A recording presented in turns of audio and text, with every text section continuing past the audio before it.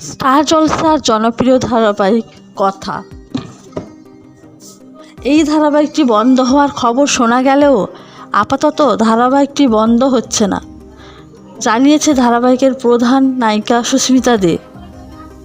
এবার কথায় আসতে চলেছে অনেক বড় চমক।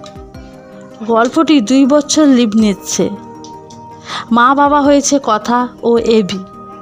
কথার প্রতিপক্ষ ধারাবাহিক 2 বছরের পুরানো হলেও কথা থেকে টিআরপিতে অনেকটাই এগিয়ে, তাই প্রতিপক্ষ ধারাবাহিককে টক্কর দিতেই এই বড়সড় চমক নিয়ে আসছে।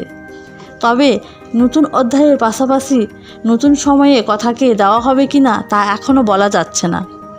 তবে নতুন সময় না দেওয়া হলে গল্পের ট্র্যাক পাল্টে যাচ্ছে কথায়।